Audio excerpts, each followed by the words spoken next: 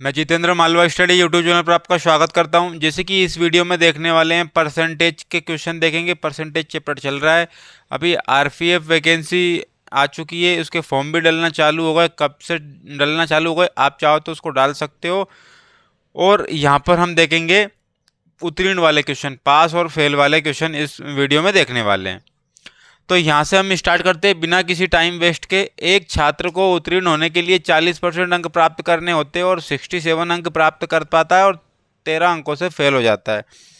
अर्थात मैं बात कर लेता हूँ, एक छात्र को पास होना है और पास होने के लिए उसको 40% तो मिल चुके हैं, लेकिन फिर भी वो कितने अंकों से 40% से पास होता है। अब 40% से पास होता है, लेकिन 67 अंक तो उसको मिल रहे हैं, 67 अंक उसको मिल रहे हैं, लेकिन फिर भी वो क्या कर रहा है, फिर भी वो कितने अंकों से फेल हो रहा है, 13 अंकों से फेल हो रहा है। कितने अंकों से? 13 अंकों से फेल हो रहा है।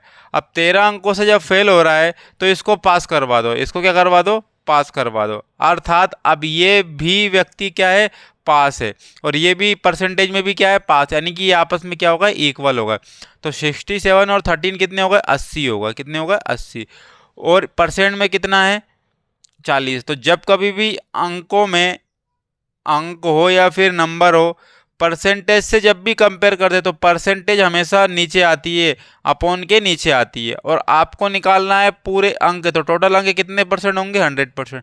40 एकम 40, 40 दूनी 80 और 2 का इंटू 100 में किया, कितने हो गए? टोटल 200। अर्थात मैं बोल सकता हूँ कि 200 अंक का पेपर होगा, वो 200 अंक का पेपर होगा। तो ये 200 आ गया, अर्थात बी नंबर का ऑप्शन राइट हो गया। अगला क्वेश्चन देख लेते हैं। ये अगला क्वेश्चन है, इसको मैं रफ कर रहा हूँ, मिटा रहा हूँ। अब इस क्वेश्चन को देखते हैं कि दो विद्यार्थी ने एक परीक्षा दी, उनमें से एक ने दूसरे से 12 अंक अधिक प्राप्त किए। दो विद्यार्थी थे, ए और बी, दो विद्यार्थी थे। अब ए ने बी से 12 अंक अधिक प्राप्त कर लिए। कितने अंक? 12 अंक अधिक प्राप्त किए। ठीक है ना? किससे? बी से। अब देखो आगे और क्या बोल रहा है। और उन उसके अंक, उनके दोनों अंकों का कितना परसेंट है? 60%। यानी कि ये जो ए है और ए प्लस बी है, वो है 60% इन दोनों का योग का। तो ये अपने आप में कितने होंगे? 100 होंगे। यानी कि बोला जा रहा है कि जो ए ने अंक प्राप्त किए वो कितना परसेंट है? 60%। लेकिन किसका है? ए प्लस बी का, दोनों के योग का। कैंसिल आउट करूंगा तो 20 तिया 60 और 20 पंजे 100, अर्थात 3/5 आया। ए अकेला कितना है? 3 है। और ए प्लस बी मिलाकर के कितने हुए थे? 5 हुए थे।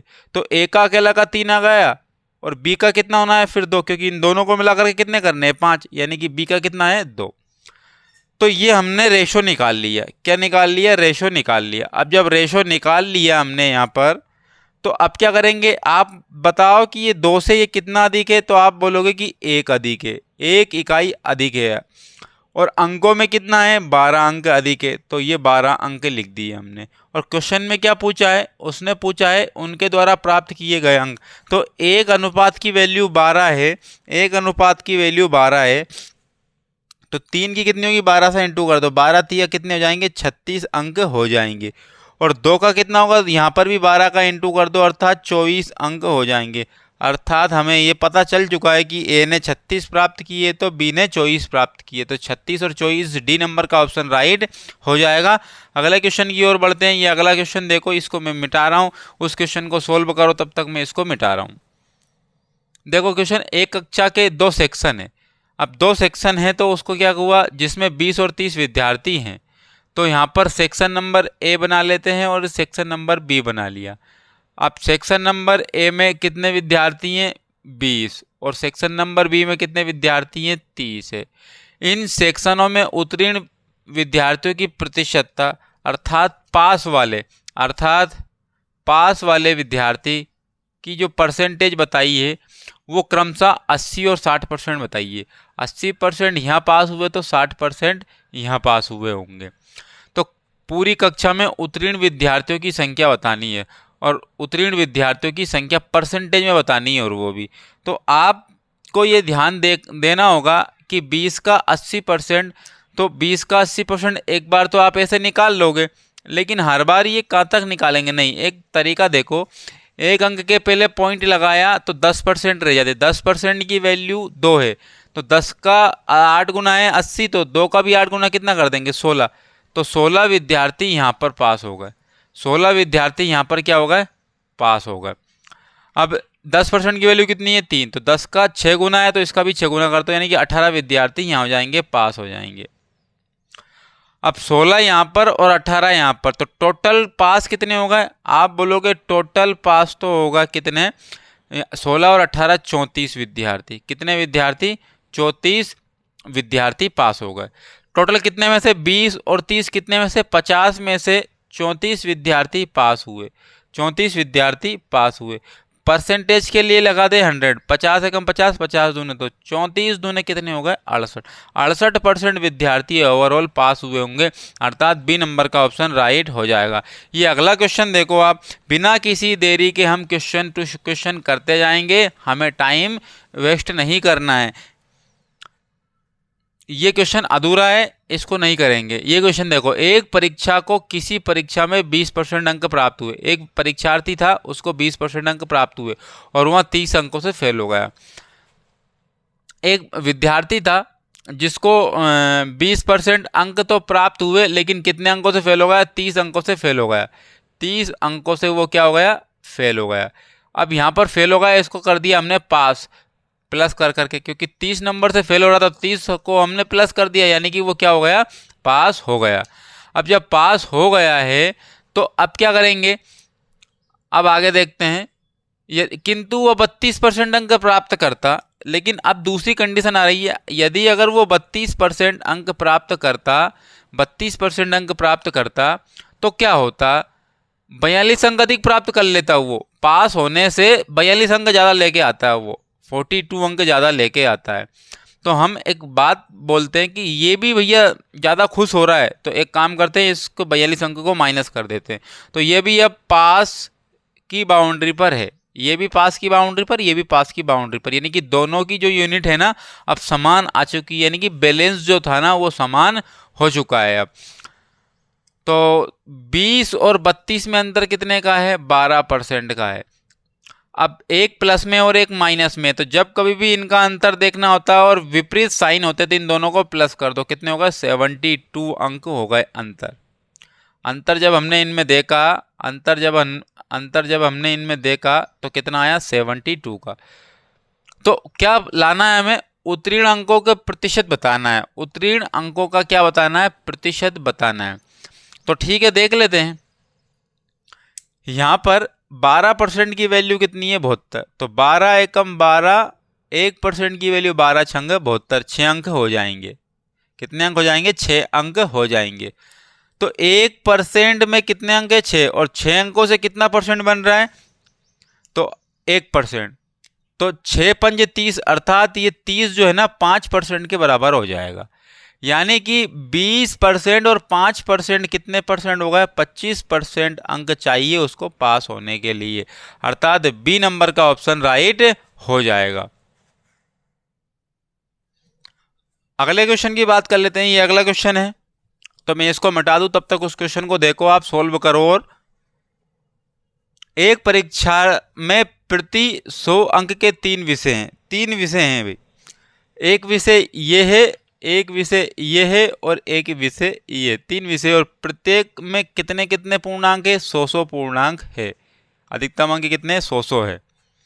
एक छात्र ने पहले विषय में 60% प्राप्त किए, एक छात्र ने पहले विषय में कितने प्राप्त किए, 60 प्राप्त किए, यानी कि 60% इसमें प्राप्त किए और 80% दूसरे में प्राप्त किए और तीसरे में पता नहीं है क्या है, और ओवरऑल मिलाकर के टोटल जो होने वाले हैं, टोटल जो मार्क्स होने वाले हैं वो कितने परसेंट होने वाले, 70% होने वाले हैं। तो 100 तो टोटल कितने होगा, 300 होगा, कितने होगा 300। अब 300 पे 70 कितना परसेंट है देख लेते हैं परसेंट के लिए पर, तो ध्यान से समझने की कोशिश करना। 300 का नहीं है, परसेंट तो पहले से दिया है, 300 का 70% निकालेंगे, 300 का 70% निकालेंगे, अर्थात 0 से 0 और 7 या 21, अर्थात 210 अंक हम यहाँ पर देखने वाले। तो टोटल ओवरऑल मिला के कितने अंक होने वाले हैं? 210। अब 100 का 60% निकालेंगे, 60 अंक आएगा। 100 का 80 निकालेंगे तो 80 अंक आएगा। और ओवरऑल मिलाकर के तीनों का कितना आना चाहिए? 210। तो इसको देखो पहले तो 8 और 6 14, यानी कि 140 तो यहाँ से प्राप्त होगा। अब 210 में से 140 जब माइनस करोगे तो कितना आएगा? 70। यानी कि 210 में से जब है ना 8 6 14 140 माइनस करोगे तो कितना आएगा? 70। यानी कि 70 अंक यहाँ उसको लाना पड़ेगा, 70 अंक यहाँ उसको लाना पड़ेगा। अब अंक 70 लेके आया तो 70 ही परसेंट है, क्योंकि 100 पे कोई भी वैल्यू काउंट करो परसेंटेज वैल्यू वही होती है। तो 70% अंक लाना पड़ेगा उसको, यानी कि डी नंबर का ऑप्शन राइट हो जाएगा। ये क्वेश्चन देखो अगला, इस क्वेश्चन की हम बात करते हैं। किसी परीक्षा में उत्तीर्ण होने के लिए एक विद्यार्थी को 36% अंक लाना आवश्यक है। तो पास होने के लिए कितने परसेंट चाहिए? 36% चाहिए। पास होने के लिए 36% आवश्यक है भाई अंक लाना। एक विद्यार्थी को 190 अंक मिले, एक विद्यार्थी को 190 अंक मिले और 35 अंकों से फेल हो गया। तो भैया ये रो रहा है भैया बहुत ज़्यादा कि मैं फेल हो गया फेल हो गया। तो इसको एक काम करते हैं, जितने से फेल हुआ उतने उसको प्लस कर दो। तो 35 अंकों से फेल हो रहा था, तो अब ये 35 अंक इसको प्लस कर दो, यानी कि ये भी अब क्या हो गया? पास। ये इसके चेहरे पर भी एक मुस्कान आ गई है नई वाली। तो इसका मतलब ये हुआ 190 में मैंने 35 से फेल हो रहा था तो 35 को कर दिया प्लस, यानी कि अब ये पास हो गया। 190 और ओनली 35 कितने होते हैं? 225 होते हैं। कितने होते हैं? 225 होते हैं, यानी कि अब 225 अंकों से वो पास हो रहा है। वैसे तो हमारे 36% पास होने के लिए चाहिए और अंकों में कितने चाहिए? 225। फिर देखो ये एक नंबर में वैल्यू थी और ये परसेंट में वैल्यू थी। तो नंबर और परसेंट का जब कभी भी कंपेयर करते हैं तो परसेंटेज वैल्यू हमेशा कहाँ रखते हैं? अपॉन के नीचे रखते हैं। अब चाहिए कि आप उस परीक्षा का पूर्णांक बताना है, तो पूर्णांक अपने आप में कितना परसेंट? 100% है। 4 से कैंसिल आउट किया 9 बार, 4 से कैंसिल आउट किया 25 बार, 9 से कैंसिल आउट करेंगे तो 25 नमा की 225 होता है, यानी कि 25 बार जाएगा। अब 25 का इंटू 25 में कर देंगे तो कितना जाएगा? 625 अंक आ जाएंगे, यानी कि पूर्णांक कितने अंकों का होगा? 625 का होगा। अर्थात बी नंबर का ऑप्शन राइट हो जाएगा। जब बी नंबर का ऑप्शन राइट होगा तो अगले क्वेश्चन की ओर बढ़ते